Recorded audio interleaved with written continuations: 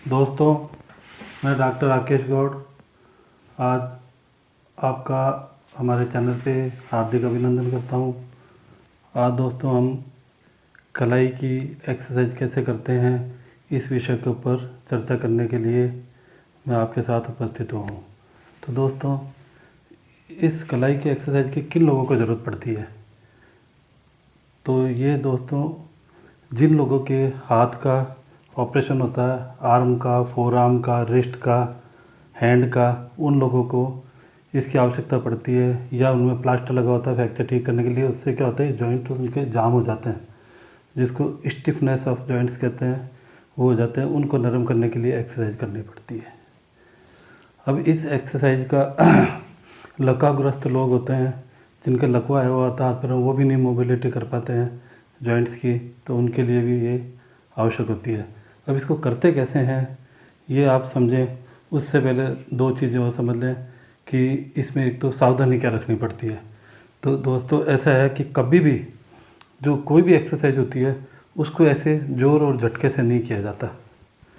Exercise का तरीका होता है हमेशा स्लो मोशन में किया जाता है, स्लो मोशन में। दूसरी बात, किसी भी एक्सरसाइज को करने से अगर आपका दर्द बढ़ता है तो उसके लिए आप अपने फिजियोथेरेपिस्ट या चिकित्सक से तुरंत सलाह करें, उसको एक बार रोक दें। अब बात ये होती है कि इसके लिए हमें एक्सरसाइज करने से पहले क्या करना होता है। एक्सरसाइज पहले करने से पहले गर्म पानी लेंगे। जिस हिस्से की भी आपको एक्सरसाइज करनी है उसको अच्छी तरह आप गर्म पानी में उसकी सिकाई कीजिए। सिकाई करने से जो आपकी मांसपेशी है, जोड़ है, वो सब नरम पड़ते हैं, उनकी स्टिफनेस कम होती है। उससे आपको जोड़ में एक्सरसाइज करने में बहुत आसानी होगी और दर्द भी कम महसूस होगा, ताकि आप आराम से कर पाएंगे। अब बात यह है दोस्तों कि इसमें करनी किस तरीके से है, वो मैं अब आपको डिमॉन्स्ट्रेट कर रहा हूँ। अब ध्यान से समझें, क्योंकि पढ़े लिखे लोगों का मैंने देखा है, पढ़े लिखे लोग भी इसको सही तरीके से नहीं कर पाते हैं। तो आप ध्यान से समझने की कोशिश करें, मैं आपको समझाता हूँ। इसमें ऐसे आप अपने हाथ को इसके ऊपर टिका लें। टिकाने के बाद में यहाँ से इस प्रकार से इस पर प्रेशर डालना है, इसको नीचे लाना है। ध्यान से देखते जाइए।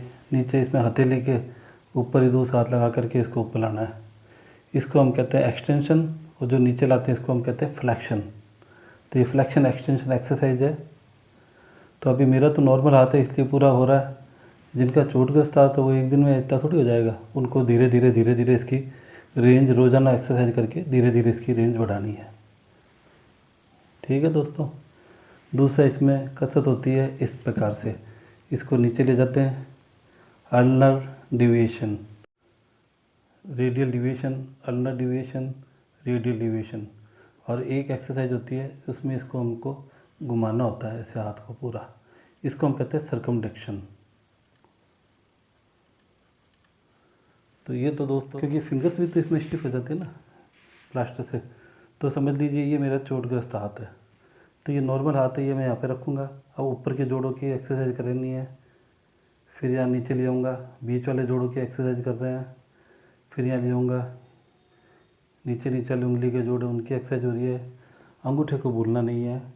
ये जो जोड़ है बीच वाला, इसकी ऐसे हम एक्सरसाइज करेंगे। इसको ऊपर लाएंगे, फिर इसको नीचे लाएंगे। टाइट है, थोड़ा सा मुश्किल से होगा। फिर ये जो नीचे वाला जोड़ है इसको यहाँ से पकड़ करके ऐसे लाएंगे, फिर इसको ऊपर लाएंगे, फिर इसको नीचे लाएंगे। फिंगर्स की मूवमेंट हो गई, कलाई की हो गई। ठीक है। और अब एल्बो भी इसमें टाइट हो जाती है, उसकी भी मूवमेंट हमें करनी पड़ेगी। तो उसकी मूवमेंट के लिए एल्बो को कहीं पे भी टिका दें और इस हाथ पे ऐसे प्रेशर डालेंगे ऐसे। फिर इस हाथ को ऐसे हम ऊपर लाएंगे, तो इससे हमारी एल्बो की एक्सरसाइज हो जाएगी कोहनी जोड़ की। ठीक है। अब कोहनी की एक एक्सरसाइज और होती है, उसको हम कहते हैं प्रोनेशन सुपिनेशन। उसमें क्या करते हैं कि इस तरीके से कोई स्केल टाइप की या कोई भी चीज़ ले लें जो आपके पास उपलब्ध हो। मेरे पास तो अभी ये था इसलिए मैंने ये ले लिया। इसको आपको इस तरीके से रोटेशन करना है, इस तरीके से पूरा इसको घुमाना है आपको। ठीक है। तो इस तरीके से ये कोहनी की आपकी एक्सरसाइज होगी, कलाई की होगी। अब हम कर रहे हैं, ये तो जॉइंट की मोबिलिटी बढ़ानी थी, जो जोड़ स्टिफ हो गए थे। अब हम एक्सरसाइज कर रहे हैं कि ये जो मांसपेशियाँ कमज़ोर पड़ गई थी प्लास्टर के अंदर, इनको कैसे स्ट्रेंथन करें, इनको कैसे ताकत वापस से लाएं नॉर्मल। उसके लिए ऐसे मुट्ठी को आपको अंगूठा अंदर लेके मुट्ठी को बंद करना है, ऐसे ज़ोर से 10 तक गिनती गिननी है। 1 2 3 4 5 6 ऐसे आप करेंगे, 10 तक गिनती गिनेंगे जब तक ऐसे रखेंगे। ये सारी मांसपेशियाँ फोर आर्म की, आर्म की, सब मांसपेशियाँ टाइट हो रही है, सबकी कसरत हो रही है। फिर छोड़ देंगे, फिर इसको करेंगे ऐसे। इसको आप 8-10 बार करिए। शुरू शुरू में थोड़ा हो सकता है कम होगी। इसी को करने का एक दूसरा तरीका है, ऐसे अपने हाथ को कर लें। यहाँ पे दोनों हाथ हैं, हथेलियाँ, इनको एक दूसरे के खिलाफ प्रेशर लगाना है। तो ऐसे आप दबाएंगे, इन दोनों को एकदम सेंटर पॉइंट में रखेंगे, एकदम सेंटर, और यहाँ से ऐसे दबाएंगे। वही गिनती गिननी है, 1 2 3 4 5 6 7 10 तक गिनती गिनेंगे, फिर इसको छोड़ देंगे, फिर इसको गिनती गिनेंगे। ये भी 5 बार कर लें। तो ये हमारी फोर आर्म की, रिस्ट की, सब की एक्सरसाइज हो गई है। दोस्तों, ये एक्सरसाइजें हैं किसी भी कुशल चिकित्सक की, ऑर्थोपेडिक सर्जन या फिजियोथेरेपिस्ट की देख रेख में करें, क्योंकि किस मरीज़ को किस समय कौन सी एक्सरसाइज की आवश्यकता है वो एक चिकित्सक ही बता पाएगा। अगर आप सीरीज है, इसको आप सब्सक्राइब कीजिए, लाइक कीजिए और कमेंट इस पर कीजिए, ताकि ये ज़्यादा से ज़्यादा लोगों तक पहुंच सके और ज़्यादा से ज़्यादा लोग इसका फ़ायदा उठा सकें।